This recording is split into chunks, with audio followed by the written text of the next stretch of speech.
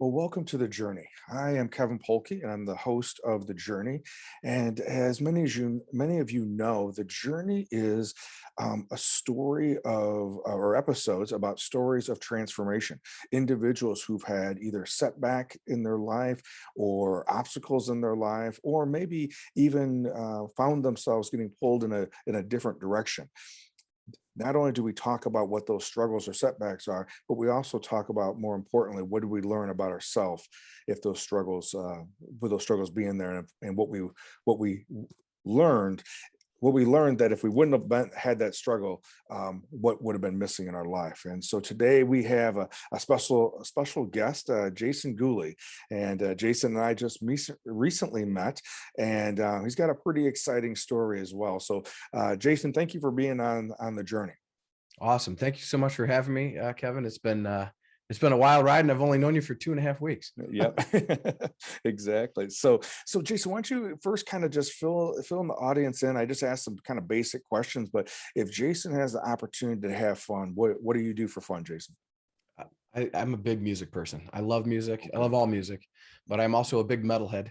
Okay. So I play the guitar. I do a lot of live music. I go out and see a bunch of friends play and check out different bands and whatnot. And then, if I'm not spending time with my kids or family, I do woodworking and kind of just I'm an IT guy, geek at heart, so I do a lot of that too as well. Gotcha, gotcha. So yeah, tell me a little bit. I mean, we could go down the train of the music piece. I think I shared with you. I lived with a rock band when I was in college, and that was a whole that was during the 80s when the hair bands were at Oh at, yeah. at, at its peak. And I remember watching Headbangers Ball, and Metallica's one video came out for the first Oh time, and yeah. we're all gathered around this little TV to watch that video. And we tried to the four of us tried to transition out to Colorado and live out in Denver to see if they could make it out there, and then I could try to get into the counseling world out there. And the house that we stayed at, you could see the Red Rocks amphitheater off our Oh balcony, wow. right? Nice. And so while we were out there, and you can't even make this stuff up. We got all the windows open. We got fog rolling in over the foothills of the of the Rockies, and we're playing the Black Album, Okay. Metallica's Black Album, and all of a sudden the song comes on. It's the first time we had heard it. What's it? Wherever I may roam. Yep. That moment in time is burned into my memory, and that song's had a extra special place in my heart ever since that, just hearing it for the first time in that setting. So it was No, pretty wild. it's so funny you say that because so obviously Metallica just celebrated their 30th anniversary of that Black album. And they asked for folks to just kind of put in a recording of where they were when they first heard this Black album. And I was skateboarding in my buddy's basement. Mm. And he had a big enough basement where you can skateboard around, but if you try to ollie or do anything high, you'll bash your head on the rafters. So we would scoot around, and he was a drummer at the time. So it was funny because the first song I think I heard was I believe they played "Sad but True" on the radio, and they were like, "This is off the new Black album." And then they're like, "We're going to do something we shouldn't do it, but we're going to do it. We're going to play the entire Black album." And they played the whole thing, and then they just kept repeating it. And we were just skateboarding for hours listening to the Black album. "Wherever I May Roam" was another classic. So it's like it's amazing where it's like etched in time. Music will put you in a specific place and mindset, and it's cool how that works. It's like a separate language. Very, very much so. Very much so. So tell us a little bit about woodworking. What do you, when you do woodworking, carving or making things, or what do you mean? More making things. So my dad was into woodworking. My brother's huge into he's like really OCD about woodworking. He's really good at it. And I remember going through junior high and high school, having shop class and building stuff with different power tools. And then as the years went on, I got into construction. I was building houses, and then next thing you know, I'm making things on a lathe and making pens and you know different like I made my own nunchucks. Okay, sure, yeah. I've been in martial arts my whole life. I have a reason. So I made my own nunchucks and just different things like that, Kali sticks for martial arts and stuff. And I just kind of kept going and making little boxes and stuff. And it's just something that I find it's very meditative. Mhm. when you're working on something, and it's sad for me because I'm a perfectionist. And when I'm a perfectionist and you're working on wood, it's just, if it's just not perfect, I always beat myself up. But I think that's part of the process, is it's beauty in its own self, even if you don't do anything to it. So Mhm. I'm learning to let go of more and more of the it's got to be perfect. And my brother just does it, flawlessly, and he just makes everything look beautiful. So I think I'm just learning more, and using it as a way to calm down and relax, and spend more time in the now, in the present moment. Yeah, yeah. My dad had always been involved with different types of um, wood making. I mean, everything from refinishing old pieces of furniture to then and then he was a handyman, so doing some construction projects, and then toward as he got older, he started getting into carving and whittling, and Okay. he would make canes, and and the interesting thing about those when he would make his canes is that they didn't have to be perfect because because they could be done with the uniqueness of the wood, Yeah. and they were going to be functional because of the wood that he was using, and he didn't have because he had a tendency to also want things to be just a Yeah. certain way, and I don't know if perfect or perfectionism probably wasn't exactly the best descriptor, but he definitely had a mindset of what he wanted it to look like, and he would push or become frustrated if it didn't look that way. So Yeah. and the and Same. the and the making the cane somehow allowed him to kind of relax into that a little bit more, and not have to be the same as if he was carving something, or something a little bit different. So Little bit more lenient than another type of project, right? yep, exactly. So Jason, kind of fill us in. Where did you grow up, and what was school like growing up, and what type of activities were you involved with, and things like that? Well, I grew up in Elgin, Illinois, which was not that far outside of Chicago. And when we were growing up in Elgin, it was, when we were really young, it was decent, because you're not getting out and about too much. You're kind of playing in fields, or my dad was a landscaper, and he owned his own snowplowing business. So I would go with him and help landscaping as I was growing up, or I'd sleep in the back window of his truck while he's snowplowing, just different things like that. And it was fairly cool. We had a farm we lived on for a long time, and then we moved around a lot from house to house, and different places around the Elgin area. And then as you got older into the teens is kind of like the height of the early 90s and the mid 90s. And as you know, the height of the mid 90s right outside of Chicago was not the best place in the world to grow up. So it was, you're seeing a lot of things that you probably don't want to see, and violence and gangs and all this stuff. And I was involved with some of that dumb stuff when I was young, and it become a lifestyle. You're seeing how other folks are growing up around you, and this is just, it just seems like that's how you're supposed to be, and those are your friends, and you're getting into trouble, and staying out all hours of the night and doing things that you shouldn't be doing at a young age. And it was interesting to see how things change, though, and I think a lot of the change was getting out of that situation. Mhm. And I think man, I think I had to be 15 years old, maybe, no, 16, might have been 16. Some kid pulls a knife on my brother in music class, might have been 15. And pulled a knife on my brother, and my mom was like, that's it. Picked us up and moved us out further west, into a town called Sycamore, Illinois, which is really night and day. It's like an hour plus west of Rockford, and it's all corn and fields, and like way slower pace of life and everything. And I had a heck of a time adjusting, because that was not what I was raised, or where I was raised. So I just felt like I was an outcast, and couldn't get along with anybody, and trying to bring a little bit of that uh rambunctiousness to the cornfield. you know but yeah, it was interesting. We always found different ways to have fun. Whether you're outside playing, we messed around with sports. We weren't really sports folks, but we played around outside. Me and my brother would play some football, or baseball or something like that. But a lot of it was just riding bikes, skateboarding, and causing trouble. Sure, sure.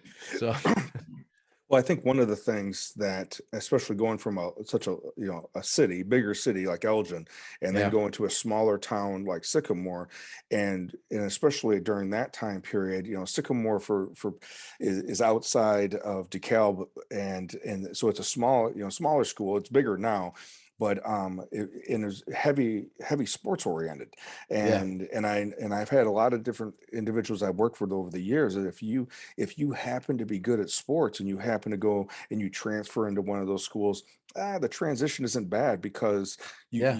you're seen as a commodity. You're seen as someone who's an asset. And if you come in and you're not necessarily really good at sports or don't even play sports, and you're into some kind of alternative, than the norm, it's harder. It's hard to make that transition. And it sounds like that might have been your case. Yeah, it was tough for me. I mean, and coming out of that type of way of life and going into where everybody expects you to be like proper and nice and everything was really difficult for me because, swear words were my everyday. That was just what that was pretty much my language, right? From what you grow up, and then you go to the school where, you're not even really supposed to cuss or make any kind of fuss. And they didn't like me very much, and I ended up getting in a lot of trouble at school. And it's just one of those things that over the years, as things evolved, the little things that you would think are normal, like walking around with a pocket knife in your pocket, is normal when you're living in Elgin. You know what I mean? That is expected, if not some other things that are in your pocket, right?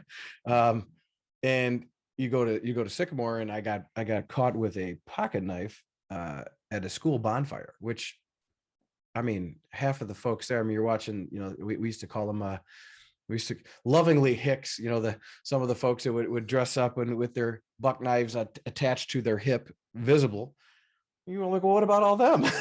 Every one of them has a knife at the bonfire, because mine was in my pocket and his was on his hip. It's okay. And it was just a lot of that kind of energy. It's almost like Footloose, right? You just feel like you're doing the wrong thing at all times. Hmm. Hmm. And I ended up getting expelled out of school because of that, which was drastic. Now, I don't get me wrong, I was not innocent in all the events that led up to me eventually getting expelled. I used to get into fights. I used to get in trouble with the principal, the vice principal, and I did not get along at all. A lot of skipping school. I would skip school and be in school.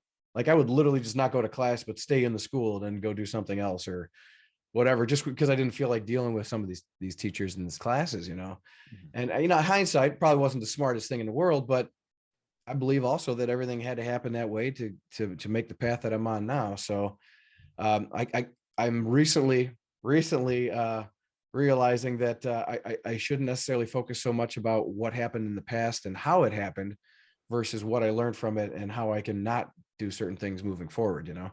And I think that was just the biggest thing for me was that lifestyle change, realizing that just because I got kicked out of school doesn't mean I can't do what I want to do with my life. And that's when I got into IT. I mean, I was pretty young. I got kicked out in, I think, 95, and that's 1995. Yeah. uh, Pretty soon we'll have to start clarifying. But yeah, so I got kicked out in 95, and then I got into IT through my best friend was teaching me all this stuff when I was really young, and I said, you know what, I'm gonna keep doing that, and I stayed through it, and I kept going with it, and I ended up getting my dare I call it the good enough diploma or GED before everybody in school graduated. Even I was supposed to graduate in 97, and I was already doing jobs working in the computer field by the time I was 16. Really, I was. And then by the time I hit 17, I was like, now I'm a little older. I got some more legal stuff behind me where I can actually, rent a car if somebody cosigns. Or so I started traveling for work and doing all these things at a very young age. And I just never stopped. And I think that was beneficial, because a lot of folks, if you get an interruption of life that drastic, like you just picked up and moved from all of your friends, everybody, the lifestyle that you had, even though it might not have been the best, and we were really poor and moving around constantly and things like that. It's not a lot of folks can recover or rebound from that. And I find myself fortunate and blessed that that happened for me, because in a way it was like, I'm not better than anybody in any way, shape, or form. My thought process was just that, well, now I only have one choice. You took away my school, you took away everything that I had. So like my only choice is I got to get whatever the equivalent is, which was the GED, and then just keep going. Yep. And that was it. I just didn't look at it like I had any other options. So I just trudged forward and just kept going in the IT realm. And here I am. You know, in counseling, in the counseling world, right, we talk about that certain events, you know, they become imprinted on us, right? And we talked about that earlier with music. You know, a Yeah. certain song comes on and we remember exactly where we were at or what we were doing when that song comes on. In similar certain time periods in our life, because of events that happen or certain impressions that may happen, you know, during that time period. Like if, you know, like you had mentioned a couple times, you know, recognizing that you know, were poor, or recognizing that we moved, you know, that you moved around a lot, but it was it must have been still within a certain range of community, because your Yeah, friends didn't change as much until you went to Sycamore, and then all of a sudden, exactly. bam, right? And then when you have, like, I've had more than a handful of people tell me that, you know, wow, no, I'm not a good student. And I said, well, what do you mean? You're 30 years old. What do you mean you're not a good student? He goes, well, I never did good in school. I said, well, how old were you when you were in school?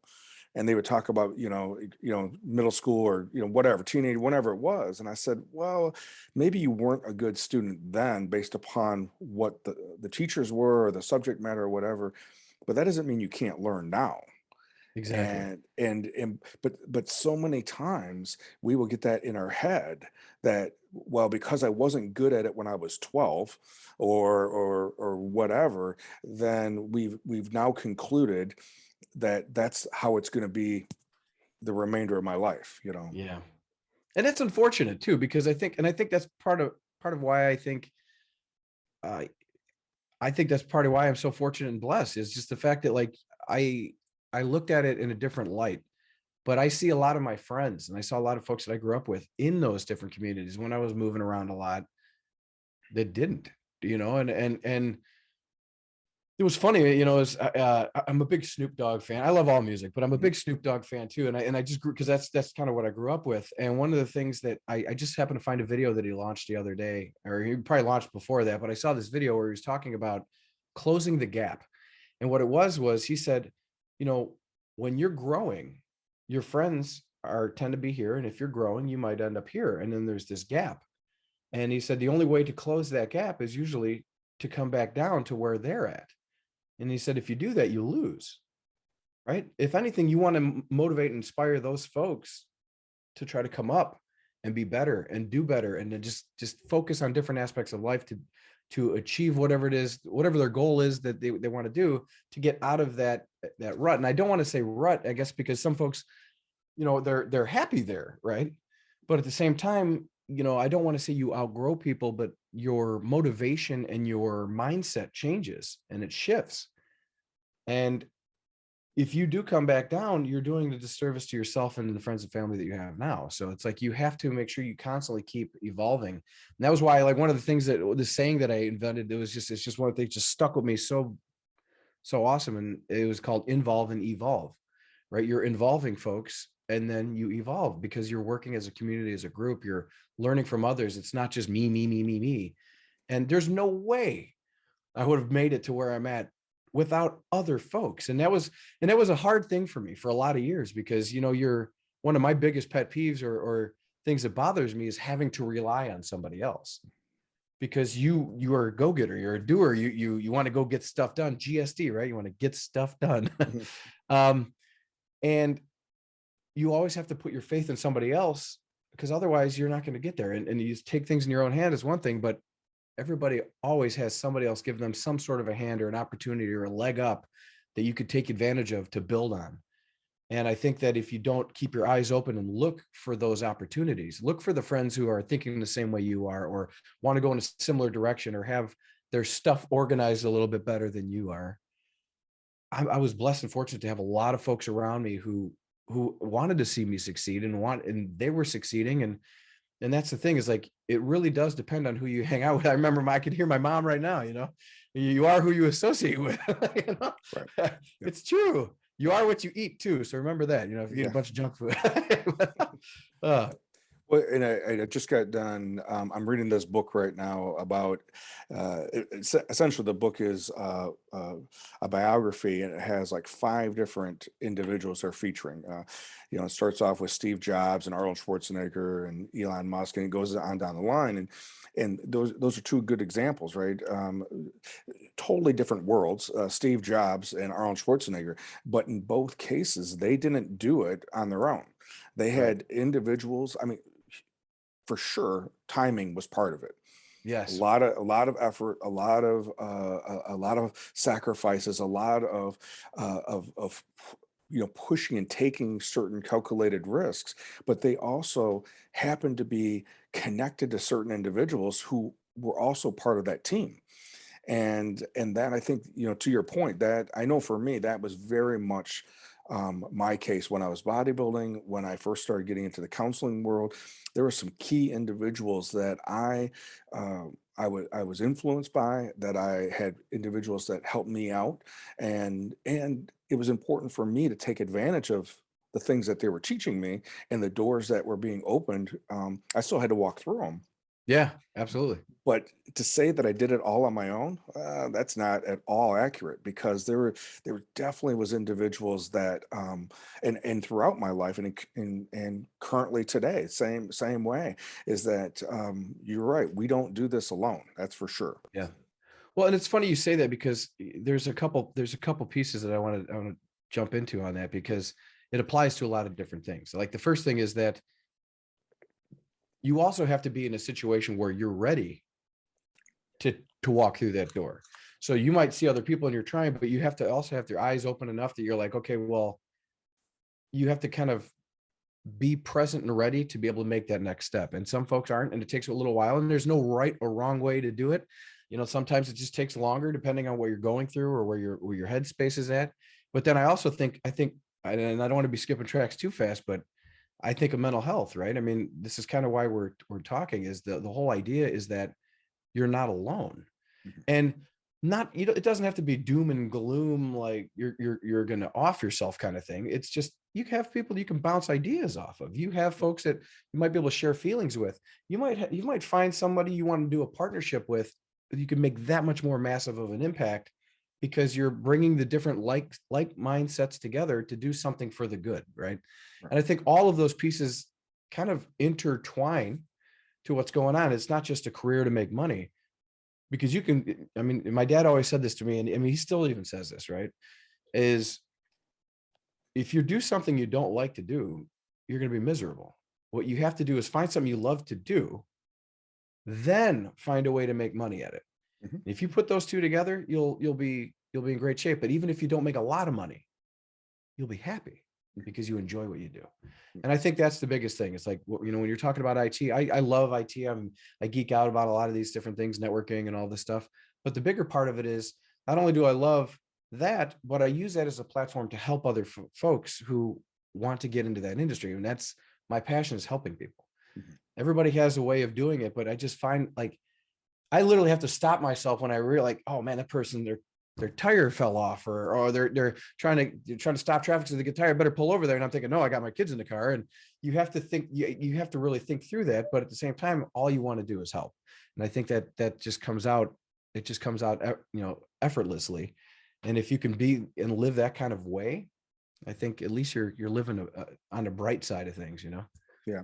Well, and I think there is, it's kind of like, individuals who are passionate about making it in a particular sport, or in the entertainment industry, or whatever it is. And, I think the pursuit of that dream, of if it's to make the NFL or the NBA, or to win a Grammy, or whatever it may be, the pursuit of it is in itself going to open up doors.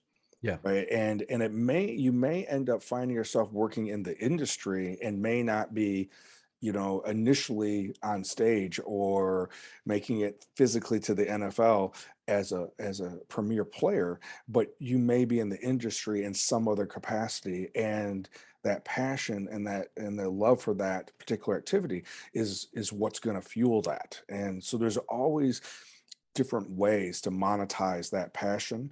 It's Absolutely. just a matter of continue to moving it. And there's also going to be times where, I have friends that, they're musicians or artists or in the theater, and they have jobs that allow them to make a living so that they could then do their their the thing that they're passionate about.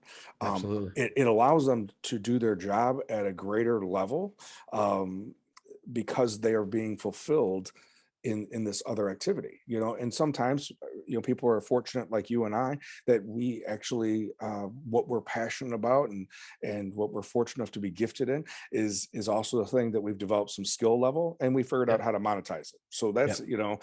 and it doesn't have to always be that way, though. There's a True. lot of other ways for that to happen. you know I think, we're talking about mental health, and the idea of, and I know we talked about that just recently. This idea of, mental health not being a straight line, and similar to intellect or similar to physical activity or spiritual development, that it's more of a circle than a straight line. And Absolutely. and this and so one is, it is to be aware of how does previous experiences and previous impressions, how does that play an active role in my thinking today? Because the same thing that, like in my case, the same thing that drives me, to work harder, can also be the same thing that can curse me at the same time. It's the same thing. It has both sides of the coin. Absolutely. It could be a gift, but it can be a curse. Either one could, if it's out of balance. It, Absolutely.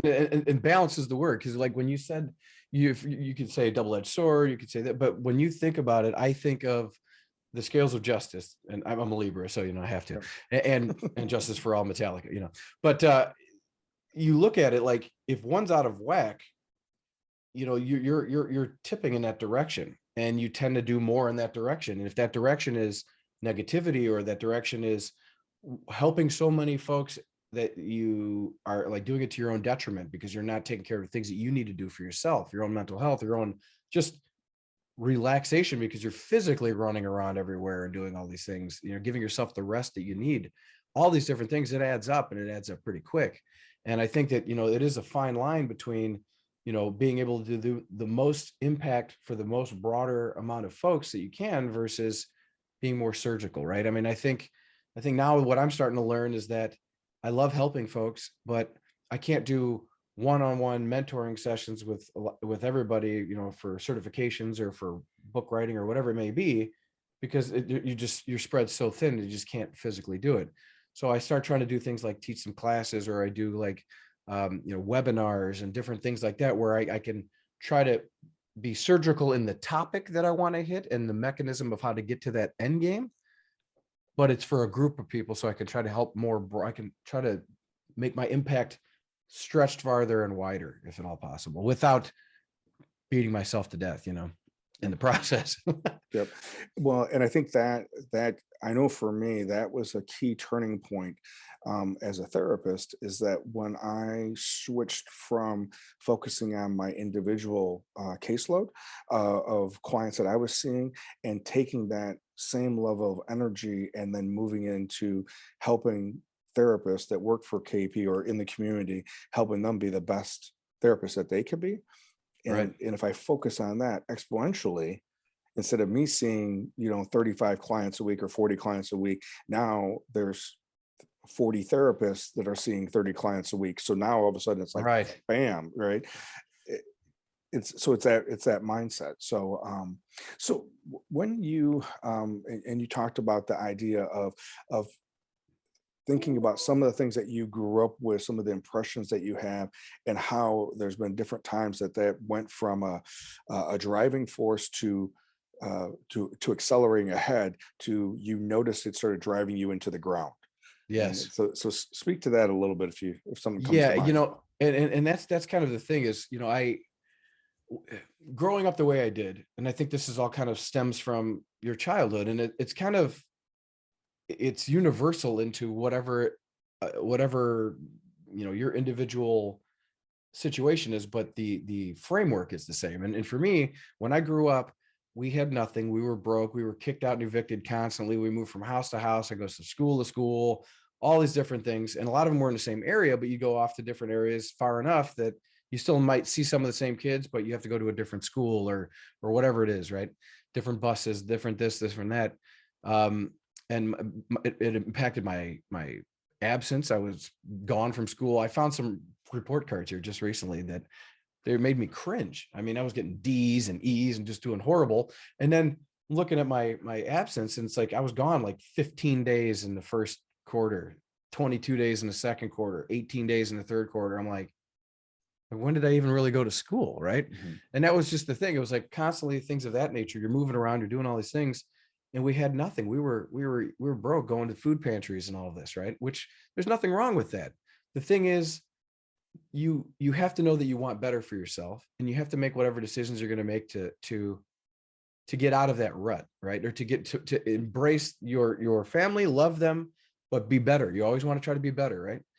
Well, I was trying so hard to be better because everybody was telling me I wasn't going to make it anywhere in my life because of that upbringing, because of where I was, because of getting kicked out of school and never going to school and all this. You're never going to make it anywhere in your life, you know?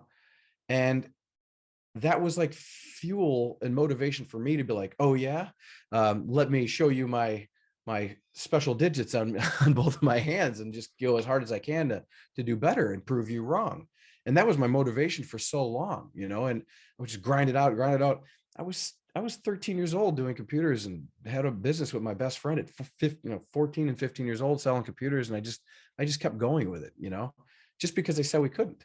We were we were kicked. He was kicked. He got suspended when he was with me because he was with me when I had the pocket knife. He got suspended. I got expelled. Uh, but then I had no other choice but to keep going with it. Right. So I'm just going to prove you all wrong. Fine. I'm going to get my good enough diploma before you guys even graduated. And it was just like this, like it was an angst filled motivation. And it worked. It was a fire for a very long time, but it's exhausting. And what I found myself doing is, we talked the other day, and this is, I'll share the story because I think it is literally, it was life altering for me. Right. And I didn't realize it was life altering until 2 weeks ago when we met the last time, and what it was is that, my mom was ill. She had diabetes. She ended up with kidney failure. Um, she didn't know she had diabetes. This is the problem that we faced. We were broke. So we moved around a lot. And then she kept going to this free clinic that we used to go to because we had no money, we had no insurance. So she kept going to this free clinic, and the free clinic in Elgin, they don't really necessarily, you know, it's not 100, it's not A plus, medical attention, right? Mhm. So my mom kept going in with this really bad pain in her back. And they're like, oh, take some ibuprofen, 1,200 milligrams, 4 times a day or whatever, 3 times a day, whatever. Just kept doing it. And it's like, it's getting worse, it's getting worse, it's getting worse. Oh, they upped it. 2,400 milligrams, 2 or 3 times a day, all this. So she's just taking all this ibuprofen. Well, it turns out she was in pain because her kidneys were failing because she was diabetic and nobody knew she was diabetic. So she literally totally smoked her kidneys with the ibuprofen. Full renal kidney failure. Boom. On dialysis every other day for the rest of her life.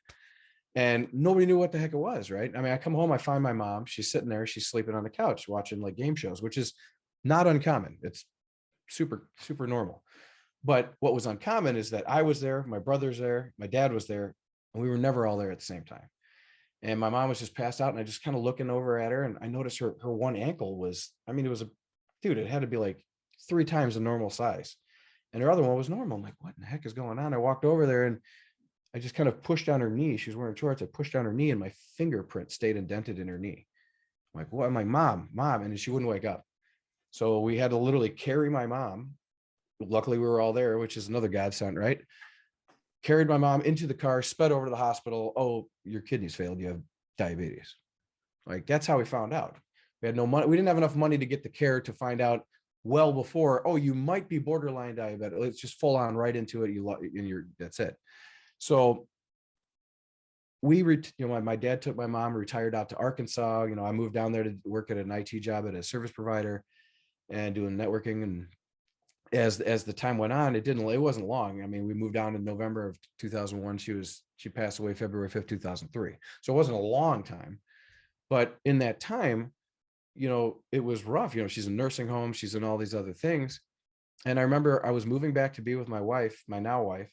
And, I gave her last meal. We were talking and all this. And she told me, you just smell like a cigarette. I'm like, oh yeah, I've been smoking. She's like, you need to quit. I'm like, well, I'm trying. I was like, oh, try harder. I'm like, okay.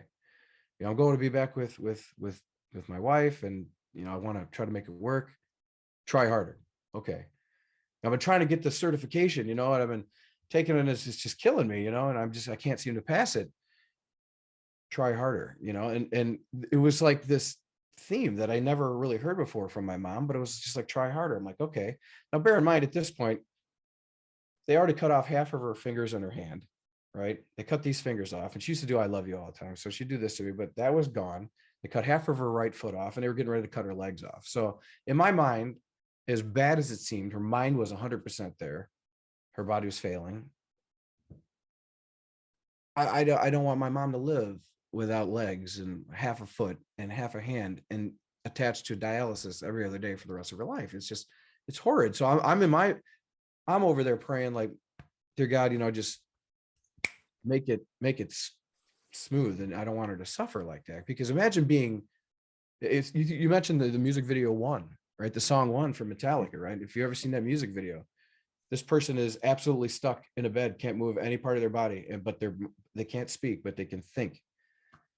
Imagine being trapped like that for the rest of your life. I couldn't see that for my mom. So I'm praying, and I leave and I drive back to Illinois, and I got into my buddy's driveway, literally from driving back, and I got the voicemail, she passed away. And, as we talked the other day, there's this linear piece that, it is circular in the fact that you have the loop, but there's this linearity that you mentioned before, was like, you're living life, something happens. There's an event. That event, you call it the wound, or, where you have this overt wound and a covert wound, right? A wound that just punches you in the face and it's evident. I saw some guy get shot when I grew up in Elgin. Maybe I won't go back to that area again, right? Or maybe I won't go into the south side of Chicago, or some things like that. That's stuff you make a vow to yourself you can control. My mom died, and in my brain, somehow I wired together try harder with never, ever slow down or stop. I don't know how I got there. The motivation, that angst-filled energy of everybody tell me I wasn't going to make it anywhere in my life, turned into, I'm doing this for my mom. Like I didn't even realize it. It was just like, I'm not only am I getting it, I'm gonna do it twice. And then I'm gonna go and, well, I'm not gonna write one book. No, now that I wrote one book, let's write 5 more in 4 years, right? 6 books, right? Let's do public speaking. Let's go all over the world to do events and talking and book signings and all. And it just was just like bam, bam, and it just never stopped. I never slowed down. And it's made me very successful, don't get me wrong. But I used to have hair. And I used to have a lot of hair. And I also used to sleep. And it just seems like, until we had that conversation the other day, you don't realize how close you are to something when you're in it. I mean, you could pray, you could, I mean, that's the biggest thing. A lot of times you pray, a lot of times you just want somebody to show you clarity on something. Right. And I was so into it with the blinders on. I was so close. I was just got to just keep executing. And I said this the other day, and I've even told this to my wife, and I feel like I was working so hard to be better and more efficient and more improved than my parents were, right? That I went on such a steep angle, such a mountain, that I am floating out in outer space. And I have to turn around and look down at my family and my kids and my wife and Earth and all my friends. I'm like, I can't seem to get back down there, because I'm stuck in execution grind mode because of something that happened to me that I never even put together until 2 weeks ago, right? With your help, thank you. And I think that's the biggest thing, is like, we all hear the acronyms and the synonyms and all this of taking a step back and evaluating stuff, but it's like you're taking a step back with your body, but your face is still jammed right into it, so you still can't get the perception of the wider peripheral view, because you're not taking yourself out of it and being completely, truly disconnected from what's going on and being an observer or a uh, you could say follower, you could say, you're just a witness. You're witnessing what's going on with no bias and no thing like, oh, well, I don't really like the way that makes me feel, and get all amped up and I've got all this stuff I got to do and I'm still saying yes to things. You get that anxious feeling like, no, I just don't want to let anybody down. Well, what do you do then? Well, then you just keep executing and you keep going, but you're not saying no. You know what I mean? So it's just, this mountain just becomes more and more steeper. And at some point, you're going to fall. And that's what burnout is. And that's what all these things in mental health and being able to take the time to recharge and all that, that's legit. That's real. I mean, that's something that you have to take the time for yourself, and secure your own oxygen mask before you help anybody else. Otherwise you're not going to be there to help anybody else. And that's what I've learned. And it's huge. Well, and I think, that aspect, when I showed you that a couple of weeks ago about the idea that when we get some type of tragic thing happens, or a parent dies, get kicked out of school, whatever it is, that we called it the wound. When we make a vow, right? It, there's a difference, between, okay, yeah, I'm gonna do this, right? Yeah. Whatever it is, I'm gonna mow the lawn, I'm gonna whatever it is. And when we say the word using, when I use the word making a vow to it, it's because it is equal to how some of us view marriage. Yeah. That this is a lifetime commitment. This is going into it. What's the phrase? Hell or high water. However Yeah. that is. Yep. This is something that I'm going to see to the end. Well, if I'm in a space where I'm 12 years old, 14 years old, in a vulnerable emotional space because a parent dies, or a job loss or something like that, and I make this vow, that doesn't mean the vow is any less powerful. You're right. And so we may have to, come, it's like, we may have to look at it because maybe we've outgrown this vow. Maybe it doesn't work anymore, right? Yeah. And that's not to say that there isn't an aspect of it that we'll still pull out and utilize, because at the end of the day, your work ethic, my work ethic, is still going to be my secret sauce. Yeah. I just have to have some level of boundaries with it, or it'll go spinning off the rails, like somebody who describes having an addiction to, Yep. to an opioid, or alcohol or something like that. And so there is that element of balance, and recognizing, and I think what I hear you saying is that we get broken out of a trance. Yeah. Michael Singer talks in Untethered Soul. He talks about this idea that when we recognize we are not our thoughts, because That's huge. if we were our thoughts, then we wouldn't necessarily be seeing it, right? So being able to step away and say, these are my thoughts, I'm not my thoughts, because I can see, kind of like you said, stepping away and seeing my thoughts, or seeing Yeah. like in a third person perspective. And when we can do that, we can then maybe slow things down. And Absolutely. yeah. Absolutely. You mentioned a couple things that, like, one is the addiction thing. To me, it's like I was addicted to, I don't want to say success, but I was addicted to being better. The constant grind of improvement. It just, because I was worried, like, I know you don't want to end up like getting kicked out, getting evicted, not having jobs, their health, your mom dies, your dad's almost dead. I mean, God love him. He's having a lot of problems right now. He's, following some pretty nasty footsteps that are might be similar. And I just, at the gym 5-6 days a week, yoga 3 days a week, karate, once, twice a week. It's like, just so I can't do that. And that's physical. That's just physical, not to mention all the mental stuff that goes with that. And I think the other thing is, I was barreling down the road for a third one of these. And the thing is, when I realized was, I was always built this way where it's like, we don't give up. We just keep going. We just keep, and we just grind through it. That's just how it is. But what I got to the realizing was that it's okay to change your mind.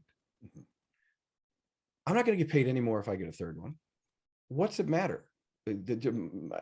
Other than ego, my name's a little longer on a book. Like, what is it going to get me? I can tell you what it won't get me. time with my family. It won't get time to sleep. It won't get enjoyment. It won't get vacations. It won't, you are at some point you have to make a decision. I think my decision was, I'm not giving up. I'm choosing to pursue other things that are more important to me. And I think when you said things change in life, and whether you're 12 years old or you're in your 30s or 50 or however old you, it doesn't matter. Things change. You have to be able to take that step back to reflect. Is this still beneficial to me and those around me now? And if you can't do that, you'll never be able to make that actual informed decision if it's still worthwhile. Yes, it'd be cool to get it. Don't get me wrong. However, you got to choose the reasons, or at least address and acknowledge the reasons of why you're going for it in the first place. Yeah. If it's to tell everybody you have it, it's not the right reason. If it's to build a career, make decent money, and it's something you love to do, and maybe, and I think that's the biggest thing is, I love music. We mentioned this at the beginning, right? I've been playing the guitar since I was like 14 years old. I'm okay. I'm not like awesome like a lot of these other folks. And I never learned music theory. I just learned by playing ear and tablature and kind of trying to figure out how to play other people's stuff. Well, over the years, I started writing my own songs, my own riffs, and different words and lyrics and everything, but I was never able to get it all to fit and jive together because there's a lot of music theory in there that goes the timing and all of this that goes through that. When I saw it, as I started getting older and I started trying to record some of these things, they won't line up right. So I'm having to learn how to fit all these different things together, what chords and keys and all this different stuff. And when I stopped for the third certification, I said to myself, you know what I really want to do? I want to learn music theory. I want to learn music theory. I don't have to. I don't need to. And that was the worst thing. Like, it got to the point where I couldn't even say the word study because I got to go down, it's thousands and thousands of hours on both of these, dude, to try to build this. It's like the two industry equivalents of a doctorate, I mean, you're going down there and you're spending thousands of hours in the basement, clacking it away and doing labs and doing things, not seeing your family, barely eating. If my wife didn't shove food in here, I would be sitting there for 9 hours doing a lab that's an 8-hour lab, and then 2-3 hours trying to figure out what worked and what didn't work afterwards. And sometimes you rob yourself of what you can actually give or receive just by saying, you know what, I don't necessarily know if that aligns with what I need to do now. And I think that's the biggest advice, is just taking a step back and reevaluating, is it as important as it once was, or was it ever that important? So one of the last things I want to throw out to you, I'm going to ask you, I'll give you an example and I'll ask you the same question. Because I think, as we talked last couple of weeks ago about the idea that we're on a circle of life versus a linear path, we can find ourselves back here again, right? We can different circumstances, different reasons, whatever the deal, whatever triggers us. Maybe it's a job change, maybe it's a location change, maybe it's a financial stress, maybe it's the fact that gas is over $4 a gallon, and all of a sudden I start, whatever it may be. My buzzwords that tell me I'm possibly going down that path again is when I hear myself say out loud, have to, can't, supposed to, need to. Any of those words for me are going to trigger me to go, oh, you were saying that when you were bodybuilding. You were saying that when you couldn't differentiate between KP and Kevin. The what I did for a living and who I was. And those are my trigger words, or those are my red flag words that, Kevin, you may be going down that hallway again. If you had any words or phrases or things that you do, what would be those things that you're finding yourself down that hallway again? It's so funny because the I can't is a huge one, right? Because you're like, oh, because what it impacts when you say that. When I catch myself saying I can't, it's I can't wrestle with my daughter. I can't go to the park with my son. I can't ride a bike with whatever. We can't go to the property, ride around on a whatever four-wheeler or do something. I can't because I have to, because I need to, because I should. And that's the thing. It's very similar, very similar, but just different circumstances, right? I should prepare for this course I'm going to teach next week. right? I should do all the due diligence to make sure all my slides are good. I should, oh, even though we're done working and it's like 9 o'clock, I find myself opening up work apps on my phone because why? That means I'm not present enough in my own time with my family that I'm opening up a work app that nobody's going to be there on that work app. And if they are, cool, they could be there tomorrow, right? When I'm working.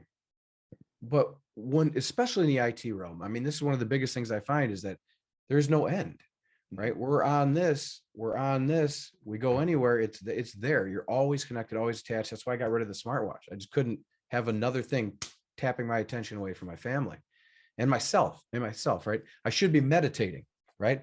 In the morning, I used to wake up and meditate every single morning. And some days I would do it. And then some days I'm like, oh, I'll just look at this, social media thing or whatever. And I even put all my social media on the last page of my phone and turned off all notifications because I didn't want it to impact my life. But I found myself just sifting through all the pages to get to the back end so I could do social media anyway. And I'm like, I'm not being true to myself, my family, or anybody out there who I'm trying to help and inspire if I'm the one going through like, you need to do all this. And then I'm not, right? So I think it's very similar words, different circumstances, but the same outcomes. The outcomes are the same. You're cheating yourself or somebody you're with because you're being sidetracked by something that you think you should do or need to do, but really all you really need to do is be in the moment, be in the present, be aware, be happy, and chill out. And I think that's something I'm learning.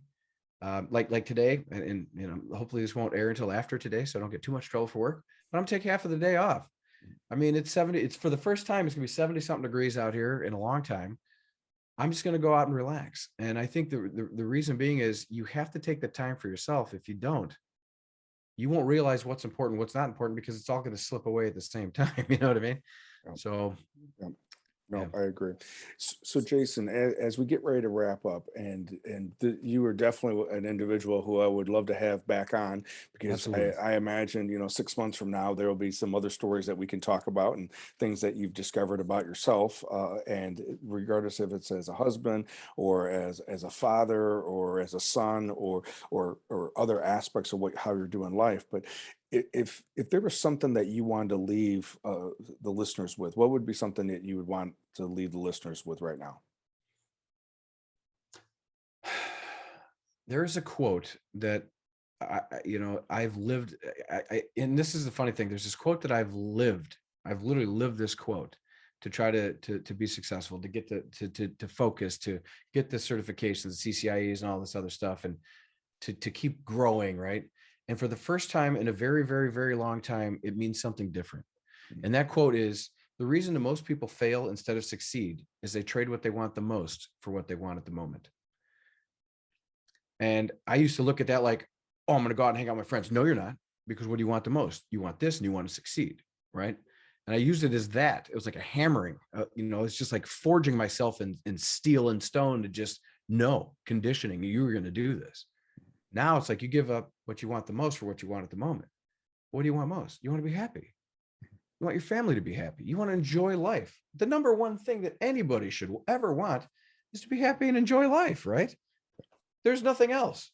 Yeah. All the other stuff is a part of life. But the pinnacle, you have, if you believe or not, you have this point, which is life. It all goes to life. And then if you believe in God or anything past that, that's it, right? So in my mind, that quote, the reason that most people fail instead of succeed is because they trade what they want the most for what they want at the moment, can really mean looking at yourself, focus on yourself, get what you want the most, a nice, healthy, happy, enjoyable life, ditching the stress, and then the rest of the stuff will fall into place somehow. Doesn't mean just sit back and like, oh yeah, just let everything just blow up, not pay my bills. I'm not going to log in and do my groceries or balance my checkbook or whatever, but just,